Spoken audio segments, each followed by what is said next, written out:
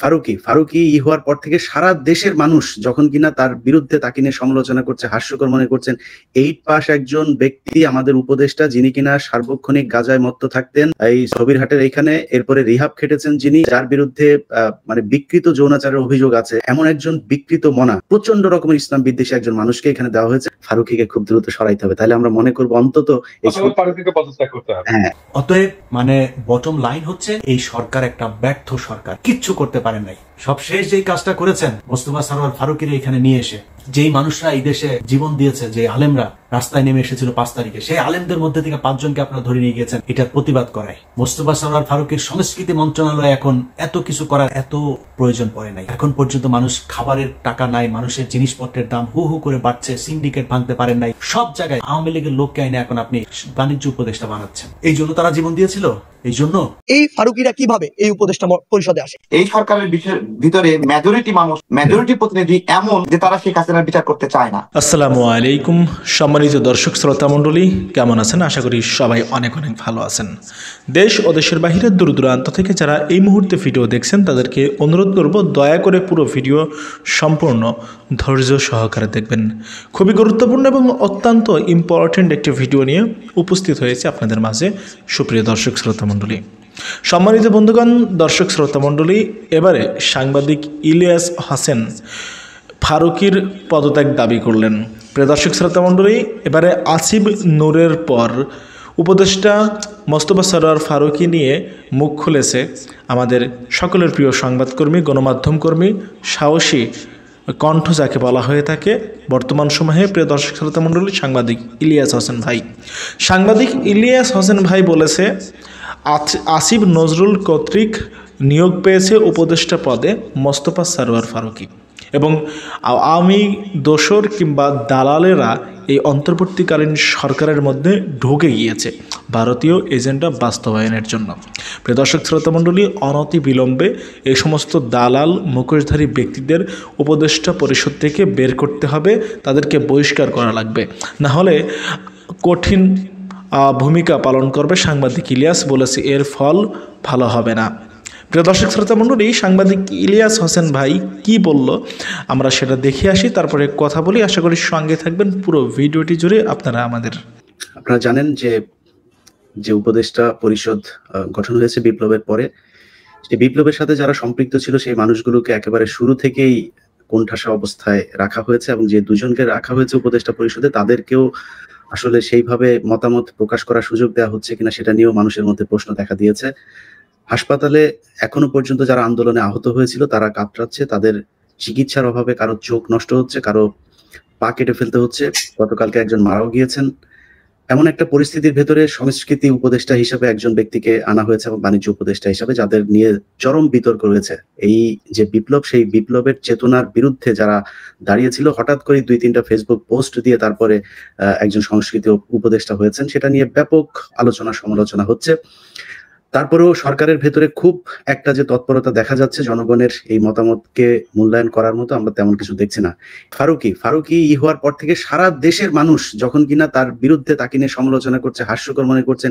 8 pass একজন ব্যক্তি আমাদের উপদেষ্টা, যিনি কিনা সার্বক্ষণিক গাঁজায় মত্ত থাকতেন এই ছবিরহাটের এইখানে, এরপরে রিহাব খেটেছেন যিনি, যার বিরুদ্ধে মানে বিকৃত যৌনাচারের অভিযোগ আছে, এমন একজন বিকৃত মনা প্রচন্ড রকমের ইসলাম বিদ্বেষী একজন মানুষকে এখানে দেওয়া হয়েছে। প্রথম আলো প্রতি ঘন্টায় ঘন্টায় তার পক্ষে নিউজ করছেন। এছাড়া আমরা যখন কিনা পিনাকিদা ডেইলি স্টার নিয়ে কথা বলছেন, আমি প্রথম আলো নিয়ে কথা বলছি, আমরা মানে এদের বিরুদ্ধে যখন এই যে একটা বিশাল ভারতের যেই হেজিমনি তাদের বিরুদ্ধে যখন কথা বলছি, তখন আমরা দেখছি যে আসিফ নজরুল, তারপরে রেজওয়ানা, এরপরে প্রধানমন্ত্রীর প্রেস সচিব যিনি আছেন শফিক, আমি ওনাকে আসলে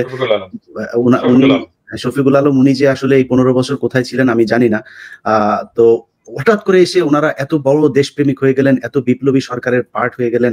যাই হোক, প্রিয় প্রধান উপদেষ্টা, আপনি নিশ্চয়ই এই আলোচনা, যদি আপনার প্রেস সচিব অবশ্যই এটা শোনাবে না, প্রেস সচিব মতিউর রহমান আর মাহফুজা নাম কি বলেন সেটা নিয়ে হয়তো আলোচনা করবে আপনার সাথে। বাট কেউ যদি পারেন ওনাকে জানায়েন যে বাংলাদেশের মানুষ ফারুকীকে খুব দ্রুত সরাইতে হবে, তাহলে আমরা মনে করবো অন্তত এই ছোট্ট একটা জায়গায় অন্তত আপনারা আমাদের কথা শুনছেন। যদি না শুনেন, পিনাকিদা যেটা বলেছেন আমরাও কিন্তু অল্টারনেটিভ একটা মিডিয়া হিসাবে গত 5 বছর ধরে কাজ করছি। সো আমরা যদি নাকি সবাই মিলে বিদ্রোহ করি, সেটা আপনাদের জন্য খুব বেশি একটা সুখকর হবে না। অতএব মানে বটম লাইন হচ্ছে এই সরকার একটা ব্যর্থ সরকার, কিচ্ছু করতে পারেন নাই। সবশেষ যেই কাজটা করেছেন মোস্তফা সরোয়ার ফারুকীর এখানে নিয়ে এসে, যেই মানুষরা এই দেশে জীবন দিয়েছে, যে আলেমরা রাস্তায় নেমে এসেছিল 5 তারিখে, সেই আলেমদের মধ্যে থেকে 5 জনকে আপনারা ধরে নিয়ে গিয়েছেন এটার প্রতিবাদ করায়। মোস্তফা সরোয়ার ফারুকীর সংস্কৃতি মন্ত্রণালয় এখন এত কিছু করার এত প্রয়োজন পড়ে নাই। এখন পর্যন্ত মানুষ খাবারের টাকা নাই, মানুষের জিনিসপত্রের দাম হু হু করে বাড়ছে, সিন্ডিকেট ভাঙতে পারেন নাই, সব জায়গায় আওয়ামী লীগের লোককে আইনে এখন আপনি বাণিজ্য উপদেষ্টা বানাচ্ছেন। এই জন্য তারা জীবন দিয়েছিল, এই জন্য তাদের কোনো জায়গার মধ্যে আপনি ব্যবস্থা নিচ্ছেন না, আওয়ামী লীগের লোকজনকে এনে এনে তারপরে বসাচ্ছেন, মুজিব প্রেমীকে এনে তারপরে আপনি উপদেষ্টা বানাচ্ছেন। এই জন্য বাংলাদেশের মানুষ আপনাদের কি করেছিল? 2 জন মানুষ আছে, একজন নাহিদ, একজন আসিফ, এই 2 জনকে উপদেষ্টা বানানো হয়েছে। আরেকজন মাহফুজ আলম ছিল প্রধান উপদেষ্টার বিশেষ সহকারী, তাকে এনে উপদেষ্টা বানানো হয়েছে। আপনার মনে হয় এটা তার জন্য প্রমোশন? তাকে ওইখান থেকে সরিয়ে দেওয়া হয়েছে যাতে এই আসিফ নজরুল গং, যারা প্রথম আলোর গং, তারা এই ডক্টর মোহাম্মদ ইউনূসের কান ভারী করতে পারে। কারণ ইউনূস তো যেটা সত্য কথা, সে তো বাংলাদেশে কোনো কিছু চিনে না, বাংলাদেশের মানুষকে সে ঠিক মতো চিনেও না, সারা জীবন ছিল বাইরে বাইরে। সো তাকে কেন রাখা হয়েছে? যেহেতু উনি সবার কাছে সমাদৃত, আন্তর্জাতিকভাবে আমাদের এখন টাকার ক্রাইসিস আছে, রিজার্ভ ক্রাইসিস আছে, তাকে দিয়ে আমরা বিদেশের সাথে লবিং গুলো করতে পারি, এই জন্য তাকে বসানো, সবাই মেনেও নিয়েছে। কিন্তু তাকে দিয়ে এখন যে এই যে প্রথম আলো সহ বিভিন্ন জায়গার এই যে যারা প্রোডাক্ট, এই প্রোডাক্টগুলোকে বসানো হচ্ছে। আপনি দেখেন ডেইলি স্টারের এই যে সাবেক ডেইলি স্টারের প্রোডাক্ট আকবর হোসেন বিবিসির, তাকে বানানো হয়েছে লন্ডনের প্রেস মিনিস্টার, ওয়াশিংটনের বানানো হয়েছে গোলাম মুর্তুজা। এই গোলাম মুর্তুজার কথা ভুলে গিয়েছি আমরা। 2018 সালে নির্বাচন পর্যন্ত সে যেইভাবে নেকেড ভাবে ন্যাংটা হইয়া তারপরে আওয়ামী লীগের পক্ষপাতিত্ব করেছিল, 18 নির্বাচনের পরে সে চুপ, তাকে সুশীল বানায় এনে বসানো হইলো কোথায়? ডেইলি স্টারে। সে আওয়ামী লীগের বিরুদ্ধে কথা বলে, এগুলো আমরা বুঝি না? এগুলো রয়ের প্ল্যান বি এর অংশ। তাদেরকে এখন এই জায়গায় নিয়ে বসানো হচ্ছে। অতএব যারা যারা মনে করছেন যে বাংলাদেশ স্বাধীন হয়ে গিয়েছে এবং এদেরকে দিয়ে ভালো কিছু সম্ভব, আমি আপনাদেরকে গ্যারান্টি দিয়ে বলে রাখলাম যে এই যারা উপদেষ্টা হয়েছে তাদের ব্যাপারে আপনাদেরকে ব্যবস্থা নিতে হবে। তাদের বিরুদ্ধে যদি প্রয়োজন হয় তাহলে মাঠে নামতে হবে, মাঠে নেমে তাদের ব্যাপারে, তাদের বিরুদ্ধে আবার ফের যুদ্ধের ডাক দিতে হবে।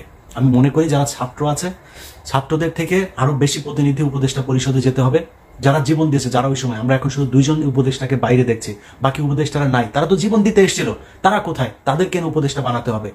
ডক্টর কনক সারোয়ার, পিনাকি ভট্টাচার্য, তাদেরকে উপদেষ্টা বানাইতে হবে। মানে আমার নামটা আমি বললাম না, কারণ হচ্ছে যে আপনারা মনে করেন না যে আমি আমারটা মানে আমি হইতে চাই, এই জন্য আমারটা আবার আরেকজন বলবে, এই জন্য না, আমারটা বলে রাখি। এটা হচ্ছে আমি আপাতত দেশে যাচ্ছি না, এই কারণে আমার কোনো উপদেষ্টা হওয়ার যোগ্যতাও যদিও আমার নাই, বা কোনো পদে দিতে চাইলেও আমি সরকারের কোনো পদে যেমন এই সরকারের কোনো সুযোগ সুবিধা আমি নিব না।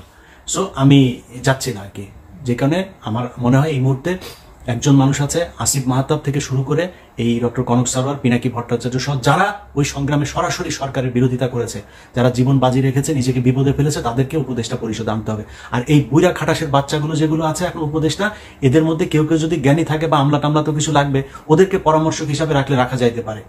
এর বাইরে জায়গা ছেড়ে দিতে হবে যুবকদের সামনে, কারণ এই যুবকরা তারা এই দেশ স্বাধীন করেছে। আপনার যদি কোনো কিছু পরামর্শ দেওয়ার থাকা, আপনি অ্যাডভাইজার হিসেবে থাকেন, ওই উপদেষ্টার অ্যাডভাইজার, আপনি সরাসরি উপদেষ্টা হইতে পারেন। কারণ এই বুড়ার বাচ্চাগুলো একটা আজ পর্যন্ত কোনোদিন এই 15 বছরের শাসন আমলে একটা হাঁচি দেয়নি।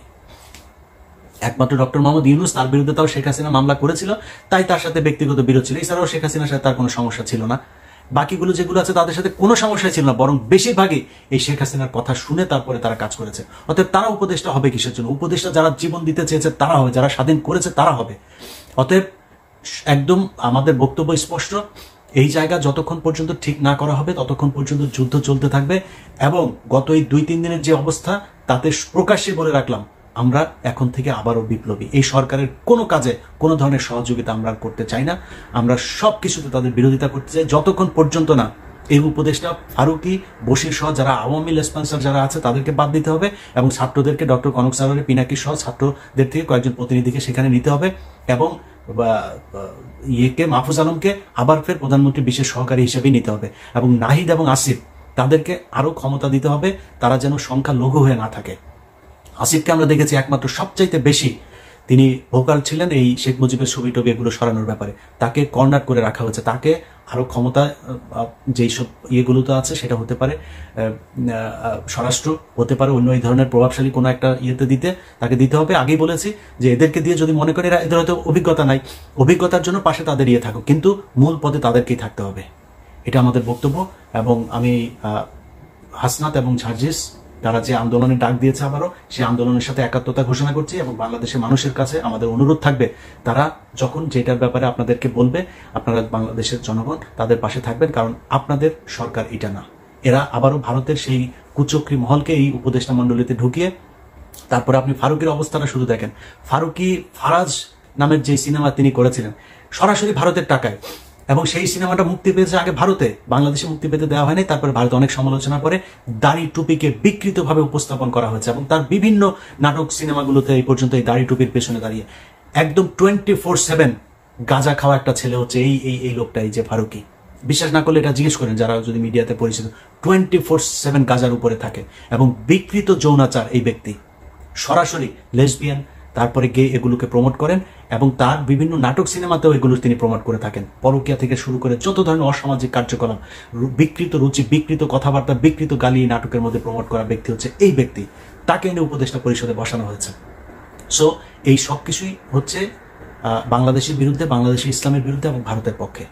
তবে আপনাদেরকে এই যুদ্ধে, যেটা আগেও আমরা জানি যে স্বাধীনতা অর্জনের চেয়ে রক্ষা করা কঠিন, আমার মনে হয় রক্ষা করা সেই কঠিন যুদ্ধটাতে আপনাদেরকে প্রস্তুত থাকতে হবে। এই ফারুকিরা কিভাবে এই উপদেষ্টা পরিষদে আসে? এই ফারুকি কোন সময় বিগত এই 36 জুলাই কোন সময় সরাসরি সরকারের বিপক্ষে গিয়ে এই ছাত্র জনতার অভ্যুত্থানে যারা অংশগ্রহণ করেছে তাদের পক্ষে অবস্থান নিয়েছিল? কখনোই নয়। তিনি তার সময়, পুরো সময় ক্ষমতার কাছাকাছি থাকার জন্য যেভাবে তার মতো করে তোষামোদি করা দরকার সেভাবে করেছে। হতে পারে একটা লাইন লিখে, হতে পারে একটা ছবি তুলে। অবশ্যই যার অংশগ্রহণ সরাসরি ছিল এখানে, যে এতদিনে নির্যাতিত, যে জনমানুষের কথা বলে এসেছে, তার প্রায়োরিটি সবার আগে হওয়া উচিত। সে ওই স্পিরিটটাকে সবচেয়ে বেশি ধারণ করবে। এরপরে যেই মানুষটা সামনাসামনি রাজপথে নেমে না হোক, সোশ্যাল মিডিয়ার মাধ্যমে হোক, দেশে থেকে দেশের বাইরে থেকে হোক, সমর্থন জানিয়েছে, ওই সময়ে সৎ দেখিয়েছে, সেই মানুষটার এই জায়গায় প্রতিনিধিত্ব করা উচিত। কিন্তু আমি এই জায়গায় একদম স্পষ্ট করে, ভাই আমরা সরকারের কেউ না, আমরা সরকারের কোনো সুবিধা ভোগ করি না। সরকারের ভালোটাকে ভালো বলবো, সীমাবদ্ধতাকে সরাসরি আমরা কটাক্ষ করব। আমরা আমাদের জায়গাতে স্পষ্ট করে বলি, এই জায়গায় এই অন্তর্বর্তীকালীন সরকারে আমরা দেখেছি না এই যে ফারুকিকে, এই ফারুকি কোন সময় বিগত এই 36 জুলাই কোন সময় সরাসরি সরকারের বিপক্ষে গিয়ে এই ছাত্র জনতার অভ্যুত্থানে যারা অংশগ্রহণ করেছে তাদের পক্ষে অবস্থান নিয়েছিল? কখনোই নয়। তিনি তার সময়, পুরো সময় ক্ষমতার কাছাকাছি থাকার জন্য যেভাবে তার মতো করে তোষামোদি করা দরকার সেভাবে করেছে। হতে পারে একটা লাইন লিখে, হতে পারে একটা ছবি তুলে। সবাই একই কাতারে ভাই ভাই সহমত ভাই বলে তোষামোদি করবে না। কেউ একটা লাইন লিখে, কেউ একটা শব্দ বলেও তোষামোদি করে। এই ফারুকিরা কিভাবে এই উপদেষ্টা পরিষদে আসে? আমাদের জায়গা থেকে আমরা সেদিনই স্পষ্ট করে বিরোধিতা জানিয়েছি, এবং আমরা আমাদের জায়গা থেকে বলি, এরকম নীরব থাকা, কঠিন সময় নিজের গা বাঁচিয়ে চলা লোকদেরকে আমরা উপদেষ্টা পরিষদে দেখতে চাই না। তারা কোনোদিন এই স্পিরিটটিকে ধারণ করতে পারে না। যদি পারতো তখনই তারা তাদের জায়গা থেকে প্রতিবাদ জানাতো। এবং আমরা আমাদের জায়গা থেকে মনে করি, যেই মানুষগুলো এই সামগ্রিক অভ্যুত্থানটাকে ধারণ করেছিল, ধারণ করছে, এবং স্পিরিটটিকে সামনেও ধারণ করার মতো মানসিকতা রাখে, শুধু তাদেরকে দিয়েই এই অন্তর্বর্তীকালীন সরকার পরিচালনা হওয়া উচিত। যেই ক্ষমতা মানুষকে জনগণ থেকে দূরে সরায়, সেই ক্ষমতা আমরা চাই না।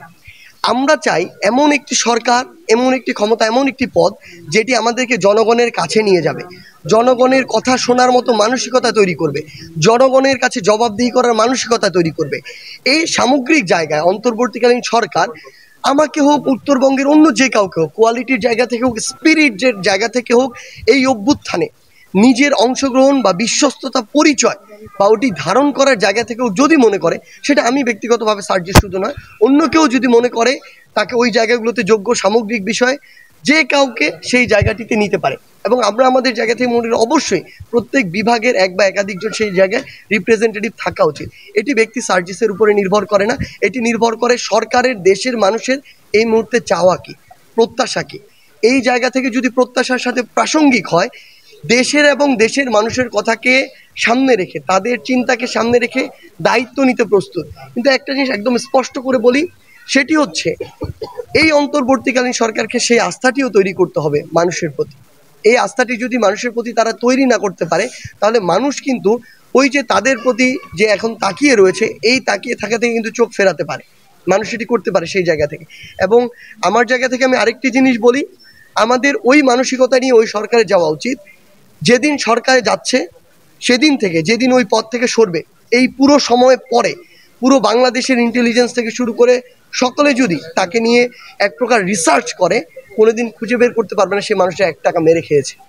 এই মানসিকতা যার আছে, এই স্পিরিট যে ধারণ করে, সে অন্তর্বর্তীকালীন উপদেষ্টা পদে যেতে পারে। এবং এক্ষেত্রে যদি আমাকে বিভিন্ন ক্যাটাগরিতে মনে করা হয় যে ওই জায়গার জন্য অ্যাপ্রোপ্রিয়েট, তখন এটা ভেবে দেখার বিষয় যে সামগ্রিক এই বিষয়গুলো ঠিক হচ্ছে কিনা, সরকার জনগণের মতো করে কথা বলছে কিনা, ভাবছে কিনা, এগুলো চিন্তা করার বিষয়। সামগ্রিকভাবেই তখন এই সিদ্ধান্তটি নেওয়া যাবে। এই সরকারের ভিতরে মেজরিটি প্রতিনিধি এমন যে তারা শেখ হাসিনার বিচার করতে চায় না। আমার বিশ্বাস এখানে ইউনূস সাহেব আর সরকারের অন্যান্য প্রতিনিধিরা এক বিষয় না, তারা ইউনূসের হুকুমত অনুযায়ী কাজ করে না। তাদের গোপন অনেক এজেন্ডা থাকে, গোপন অনেক প্রোগ্রাম আছে, গোপন কিছু টেবিল আছে, যে টেবিল থেকে সিদ্ধান্ত আছে এবং তারা সেই টেবিলের প্রতিনিধিত্ব করে। সংস্কার আগে নাকি নির্বাচন আগে, এটা একটা মুখরোচক আলোচনা। এই মুখরোচক আলোচনার মাধ্যমে রাজনৈতিক দলগুলোকে অপমান অপদস্থ করা হয়। সংস্কার আগে না নির্বাচন আগে, এই গুরুত্বটা আমরা কি দিয়ে বুঝতে পারি, আমরা কি দিয়ে মাপতে পারি, মাপার মানদণ্ড কি? প্রথমত, সংস্কার গুলোর মধ্যে একটা দাবি আছে যে শেখ হাসিনার বিচার করা, ঠিক আছে। তো আমার প্রশ্ন হলো, আপনার এই শো যারা শুনছে, যদি ভোট দেওয়ার সুযোগ থাকে, একটা ভোট আয়োজন করে দেন যে কতজন মানুষ বিশ্বাস করে এই সরকার শেখ হাসিনার বিচার করতে পারবে অথবা গণহত্যার বিচার করতে পারবে। একটা পোল দিয়ে দেন, কতজন মানুষ এই সরকারের এই ফিটনেসকে বিশ্বাস করে যে এই সরকার গণহত্যার বিচার করতে পারবে অথবা শেখ হাসিনার বিচার করতে পারবে। আরো যদি অন্তর্বর্তীকালীন সরকার শেখ হাসিনার বিচার করার সক্ষমতা রাখে, এটা শুধু কেন বলছি, আমাদের মূল দাবি তো শেখ হাসিনার বিচার, তাই না? 1 নাম্বার দাবি। তাহলে 1 নাম্বার দাবি এই সরকার বাস্তবায়ন করার ফিটনেস রাখে কিনা। যদি ফিটনেস রাখে, আপনি কি মনে করেন? আমি মনে করি ফিটনেস রাখে না, আমি মনে করি আগ্রহ রাখে না। আমি মনে করি এই সরকারের ভিতরে মেজরিটি প্রতিনিধি এমন যে তারা শেখ হাসিনার বিচার করতে চায় না। আমার বিশ্বাস, জানি না এখানে অডিয়েন্সদের বিশ্বাস একই রকম কিনা। আমি বিশ্বাস আজকে তো শেখ হাসিনাকে ফিরিয়ে আনবার চিঠি দিয়েছে এবং পাল্টা চিঠি শুনতে ভালো লাগে, এরকম এই কথাগুলো শুনতে ভালো লাগে। আমি আপনাকে একটা বিষয় বলি, আইনজীবী আলিফ হত্যায় তদন্ত কমিটির সব সদস্য অব্যাহতি চাইছে। তারা এই বিষয়ে তদন্ত করতে চায় না বা তদন্ত করবে না, অথবা তারা বিব্রত হচ্ছে। আমার প্রশ্ন হলো, কেন? এই যে সাইফুল ইসলাম আলিফকে যে হত্যা করা হলো, কেন সকল তদন্ত কমিটির প্রতিনিধিরা বিব্রত হলো যে এই বিষয়ে তারা তদন্ত করতে চায় না? ঠিক আছে, আমরা যদি সংস্কার নিয়ে ভাবি, এগুলো কিন্তু সংস্কারের একটা অংশ, ডিমান্ড যে এগুলো হোক, তাই না?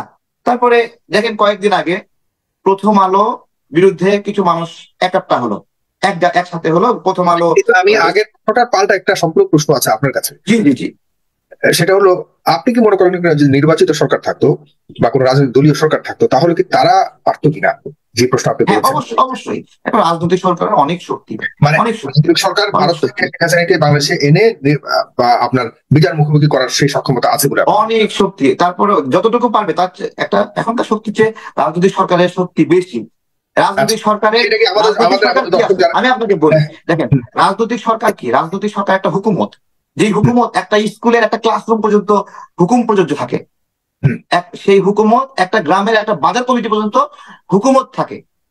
সেই হুকুমতে যেমন আপনার একটা রাজনৈতিক শক্তির হুকুমত কেমন, যেমন তারেক রহমান সাহেব বলল ঢাকা শহরে বিএনপির কোনো পোস্টার থাকবে না, ঠিক আছে, সঙ্গে সঙ্গে সমস্ত পোস্টার নামাই ফেললো। এটা যদি আইনও করতো যে এই বাংলাদেশে আর কোনো পোস্টার থাকবে না, সরকার আইন করতো, সেই আইন কেউ মানতো না। এটা হলো একটা রাজনৈতিক শক্তির হুকুমত। এটা যে কোনো রাজনৈতিক দলের এই হুকুমত আছে যে আমরা কি করব, সেটা সবাই সেই কমান্ডটা মানতে বাধ্য।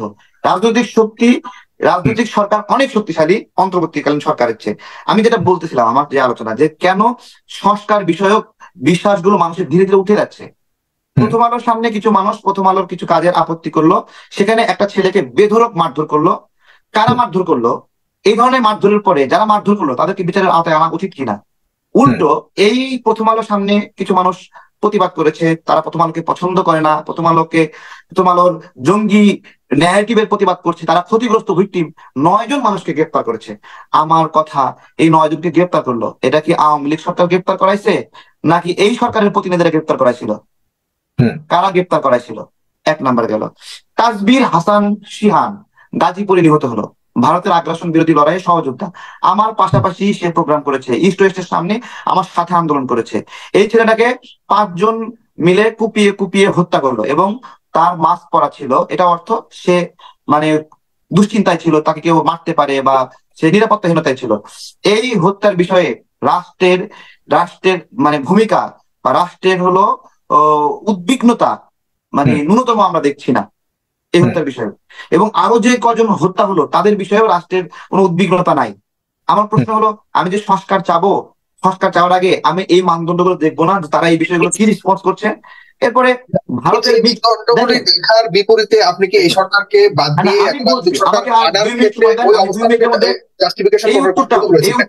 একটা প্রশ্ন করি, কিন্তু এই সরকারকে কি আপনি মনে করেন কিনা, যেটা আপনি বলেন যে তারেক রহমান যদি থাকতো তাহলে হয়তো এক সিদ্ধান্তে এক নির্দেশে অনেক কিছু হয়ে যেত, যেটা এই সরকার পারছে না, কারণ এই সরকারের সাথে জনগণের, কিন্তু এই সরকার মনে করে বা এই সরকার যারা সমর্থন করে তারা মনে করে যে এই সরকার বরং বেশি শক্তিশালী, কারণ হলো বিএনপি জামায়াত থেকে শুরু করে সকল দলের মানুষেরই মনোনীত এই সরকার। সুতরাং এই সরকারের কথা যতটুকু জনগণ পর্যায়ে শুনে ততটুকু হয়তো রাজনৈতিক সরকার শুনবে।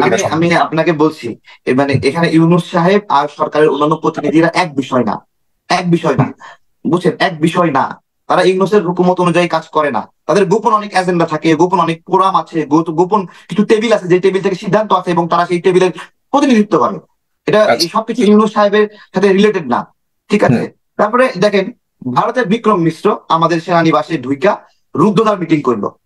মানে আমার সংস্কার গুলো কেন ঝুঁকিতে, এগুলো তো বুঝতে হবে। ঝুঁকিপূর্ণ আমার সংস্কারের যে এজেন্ডা, ইচ্ছা, সেই ইচ্ছাটা ঝুঁকিপূর্ণ। বিক্রম মিশ্র এখানে এসে গোপনে মিটিং করছে, কেন মিটিং করছে? পিলখানা হত্যার ঘটনা। এমনকি এই সরকারের প্রতিনিধিদের মধ্যে এমনও একটা তৎপরতা দেখা গেছে, যিনি এই পিলখানা হত্যাকাণ্ডের তদন্ত কমিটিতে ছিলেন এবং তার তদন্ত অ্যাকসেপ্টেড হয়েছিল, সেই অনুযায়ী বিডারের অসংখ্য লোকজনকে গ্রেপ্তার করে রাখা হয়েছে। এবং যে তদন্ত কমিশন প্রকাশ করা হলো, সেই কমিশনে একটা লাইন আছে, সেই লাইনটা হলো পূর্বের তদন্ত কমিটির তদন্তের দ্বারা যাদেরকে দোষী সাব্যস্ত করা হয়েছিল তাদের ওই বিষয়টা বিবেচনায় রাখতে হবে, তাদের সেটা অব্যাহত রাখতে হবে, অক্ষুণ্ণ রাখতে হবে। আপনারা দেখেন ওই প্রতিবেদনটা, দেখেন আমাদের সংস্কার চাইবো, এই যে প্রশ্নবিদ্ধ নোট কোড এবং প্রশ্নবিদ্ধ কাজগুলো আমাদের মনোবল ভেঙে দিচ্ছে, যে তারা মনে হয় পারবে কি পারবে না, কনফিউশন। আগে মানুষ দ্বিধায় কিন্তু বলে দিচ্ছে 10 বছর চাই। ইউনূস স্যারের কিছু কাজ খুবই ভালো লাগছে, যে ইউরোপীয় ইউনিয়নের ভিসা সেন্টার বাংলাদেশে আসবে, চেষ্টা করছে, খুবই ভালো লাগতেছে।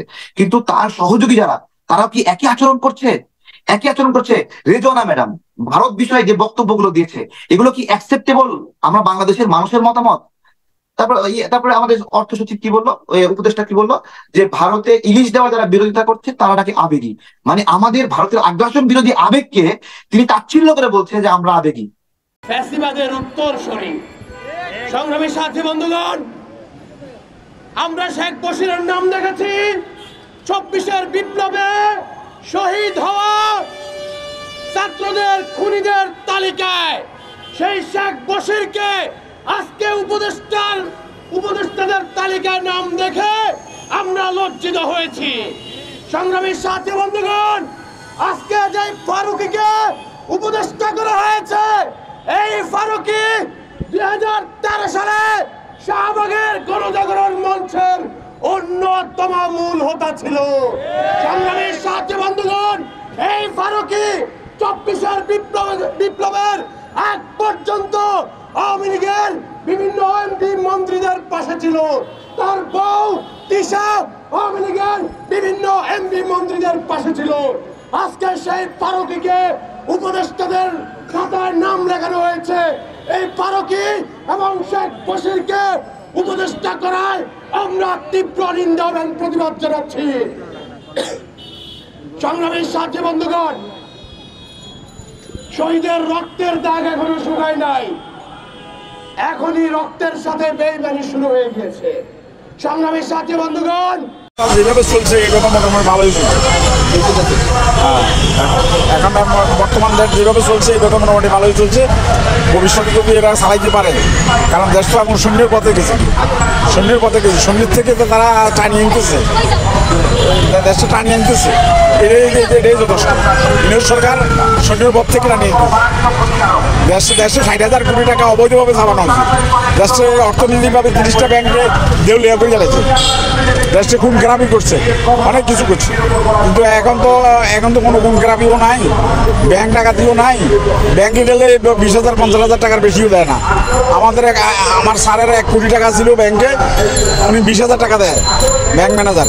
পরে অনেক রিকোয়েস্ট করি 50,000 টাকা হয়েছে, আমরা ব্যাংকেও টাকা নাই।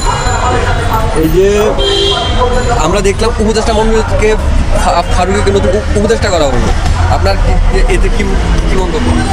নিশ্চয় মনে হয় উপদেষ্টা হওয়ার যোগ্য বলি উপদেষ্টা বানানো, নতুন এই দেশের মানুষ নাই বানানোর জন্য। উনি উপদেষ্টা হওয়ার যোগ্যতা আছে বিজয় ওনারা বানায়। আপনি ফারুকীকে যোগ্য মনে করতেছেন? আমি ওনার হচ্ছে সেই যোগ্যতা বা প্রতিভা আছে বুলিয়ে যারা উপদেষ্টা আছে, আমাদের হাইকোর্টের 2জন উপদেষ্টা আছে, একজন হাসান আলী পল্লী উন্নয়ন সমবায় মন্ত্রণালয়, আর দিলুর রহমান মানবাধিকারের উনি গণপূর্ত গৃহায়ন মন্ত্রী, ওনারা খুব বিজ্ঞ লোক। উনি হাসান আলী আরও একবার উপদেষ্টা ছিলেন, 2বার অ্যাটর্নি জেনারেল ছিলেন, ওনাদের মতো জ্ঞানী লোক সুপ্রিম কোর্টে কম আছে। আর ওনারা যদি কোনো লোক নিয়ে থাকে তাহলে ওনাদের নিশ্চয়ই কনসাল্ট ছাড়া তো আর নেওয়া হয়নি। আমরা বিগত বছর দেখছি ফারুকী হাসিনার পক্ষ এবং সমকামিতার পক্ষ নিয়ে ব্যাপক সমালোচিত হয়েছে এই দেশে, এবং তার এই যে তাকে বলা হয় ভারত প্রীতি বা ভারতের দোষর, এমন একজন মানুষকে যে উপদেষ্টা হিসেবে এটা ঠিক হয়নি, ঠিক হয়নি। সে যে ভারত তো আমাদেরকে, আমরা এদেশে যদি কোনো পূর্ণ বসিরাং ফোর্ট থেকে আনি, আমরা ফোর্ট ট্যাক্স দিই, রোড ট্যাক্স দিই, কিন্তু ভারত ফোর্ট ট্যাক্স দেয় না, রোড ট্যাক্স দেয় না।